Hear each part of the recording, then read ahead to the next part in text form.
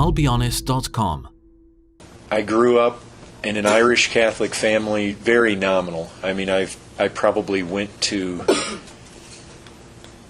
I probably went to the Catholic Church 5 times, maybe, in my whole life.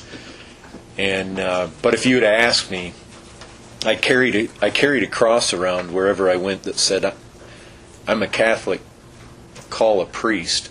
It was a silver cross that my grandfather had given to me.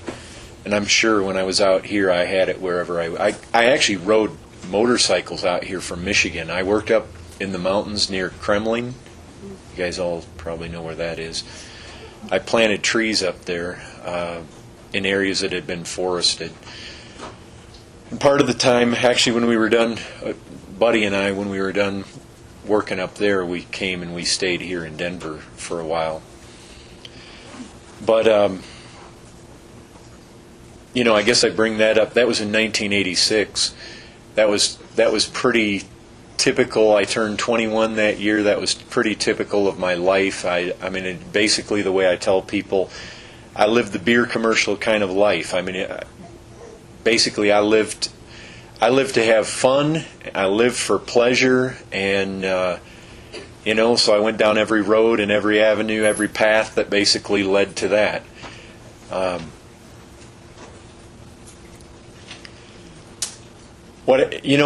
Basically what happened was in high school, in high school, I drank pretty heavily. Drugs were pretty regular, and I basically told myself, you know what?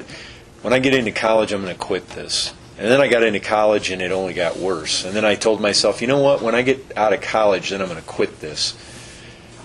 I went to college. I got a mechanical engineering degree, and the thing was, once I got out, it all of a sudden hit me. I'm never going to stop, and I was only getting worse and worse.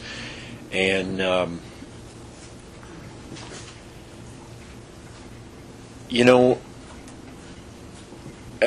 I thought I had everything in control. I thought everything was just where I wanted it. I thought, here I am. I can get an engineering degree. I can get an engineering job, and I can party at the same time. And I basically anything I can make money. I've got life just where I want it. And then the year 1990 came, and the Lord just started to knock me down over and over and over and over. And I didn't know what was happening to me. I thought maybe I thought I was losing my mind. I don't know. What happened was, I remember being at work and playing softball. I mean, just one of the things that happened in a myriad of other things that happened. I was playing softball. I had a collision at second base. My leg was bent backwards. My knee hyperextended, and I'm limping around at work. I'd been doing so much crystal meth and coke that literally I'd come to work as an engineer. I would sit in the stalls in the bathroom with my head against the wall because it hurt so bad from being hungover from these drugs. Typically it was later in the week before I could even start to perform my job. It just happened at that time that our company had been bought out by a Japanese company, and Japanese engineers were over there. And I was paired up with one of these guys who was kind of a senior engineer. And he liked to drink, and he liked to golf, which I did too. So he and I became pretty good friends. And I think he kind of covered for me. And so I was able to have that kind of poor performance and not really get discovered. But then during this time, I'm limping around. I have a bad leg now. I got hauled into my boss's office, the chief engineer, and he wanted to see my work, and he wanted to bring in the various projects that I'd been working on, and it was terrible. It was only the Lord that I didn't lose my job. And it was eventually that job that was going to take me to San Antonio. It was the Lord that made it. Even getting the job there when I first interviewed for that place, I had been smoking dope, and I had been snorting coke, and I went in for an interview, and they wanted me to go to a physical and be drug tested the next day. I went to the interview on a Thursday. The next day was Friday, and when he asked me to go take the drug test, I don't know why I wasn't thinking that would happen. I was just stupid. But I said to him, "Oh, could I go do that on Monday?" Because I wanted to try to purge my system before I knew if I went in the next day I was dust. And no, he insisted that I take it the next day. And I rode my motorcycle up there the next day, and the place had burned down overnight, and there was yellow tape all the way around it. And so I went home. I mean, even there, the Lord got me into that position, preserved me in that position despite me and all my sin, because eventually, after the Lord saved me, and I really began then to excel as an engineer, the firm I worked for, we got the Alamo Dome project down in San Antonio, which led me down there and to meet Sam's good friend, John Seitzma. You've had him here before? So I met John actually later on. But here I got called into my boss's office, and I got reprimanded for nigh unto the whole day. I'm about losing my job. My mom and my dad were both diagnosed with cancer in the same week. I have this collision playing soft. It's like my life is falling apart. Before, where I felt like I always had everything perfectly in control, and if I wanted it, it happened. Now it's like everything's falling apart. Well, when I limp out to the break room out in the plant, and I walk in, and there's two guys sitting there, and one of them has a book, and he hides it under the table. And my life is so messed up. I didn't care. I went over and I started putting some coins in the machine, and he says, he starts asking me about religion. I said, "I'm Catholic." He said, "Did you ever think that the Pope is the Antichrist?" I said, "Whatever. I just don't care." So then he actually brought me some tracts on the Inquisition, and I read them. And then he came to my desk and he said, "Did you read those tracts I gave you?" I said, "Yeah, I did." So then he drops a book on my desk, The Gospel According to Jesus. Anybody know that book by John MacArthur? Gospel According to Jesus. So here I am. I'm going home from work each night.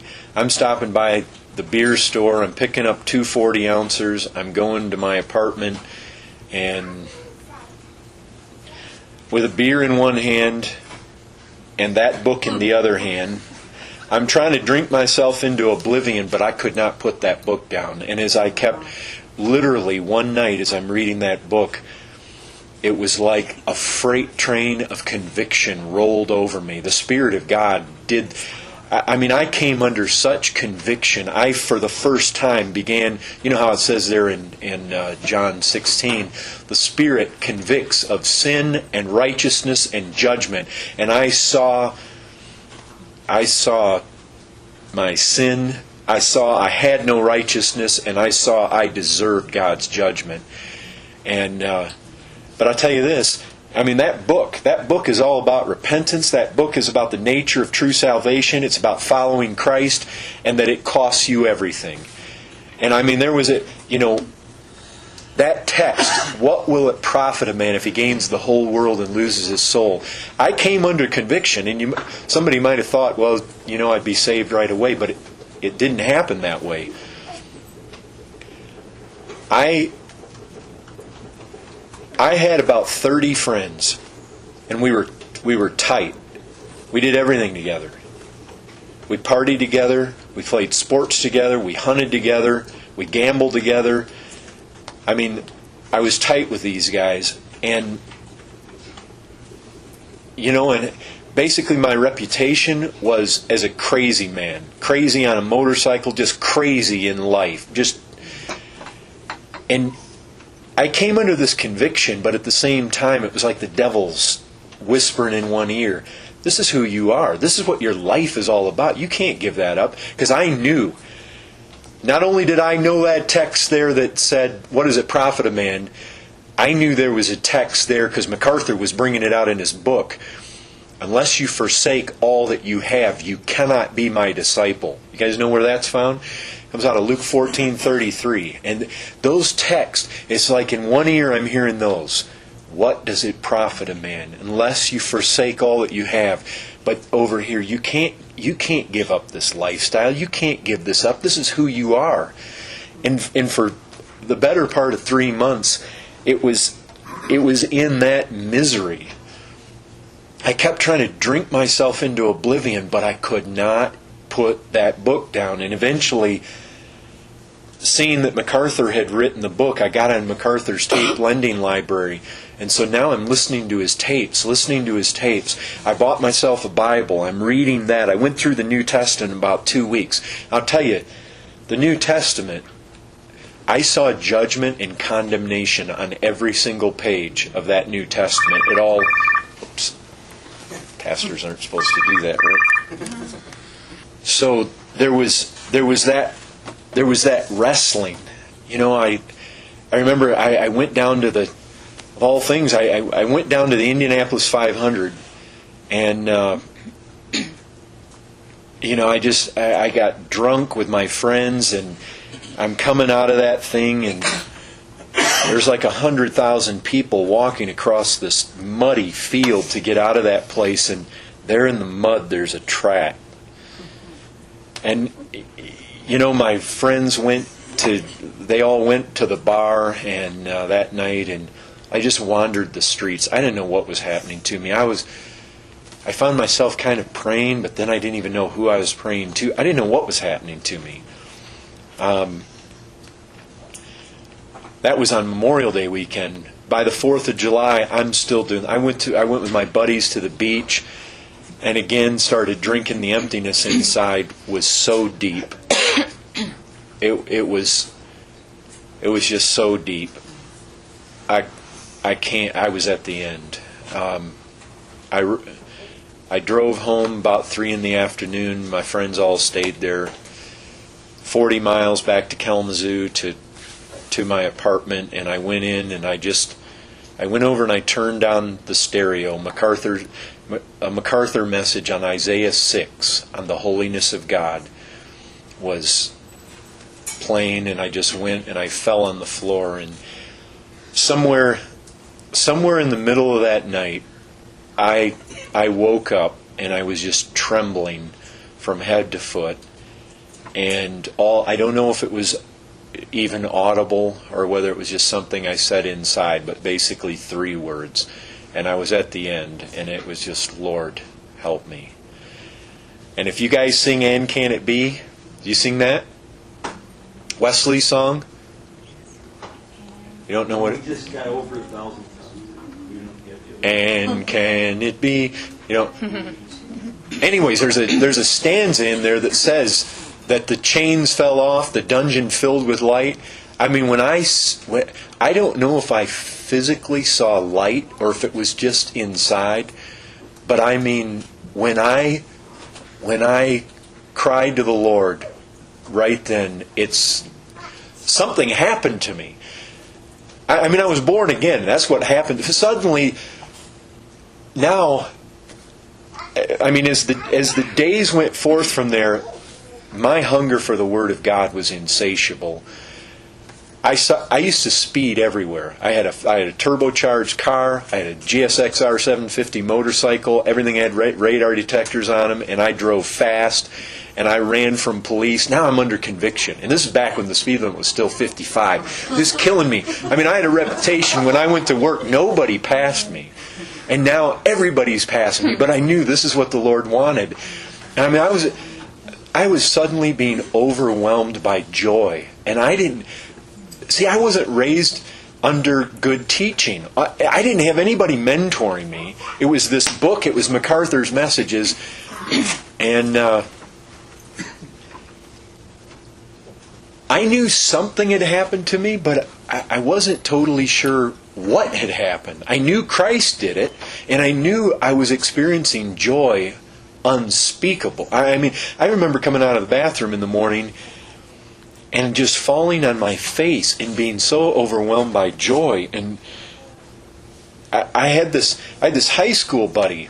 I remember it was about 6 months later. It was around Christmas time. See, I was still drinking. I was still going to the bars with my buddies. But now I'm evangelizing.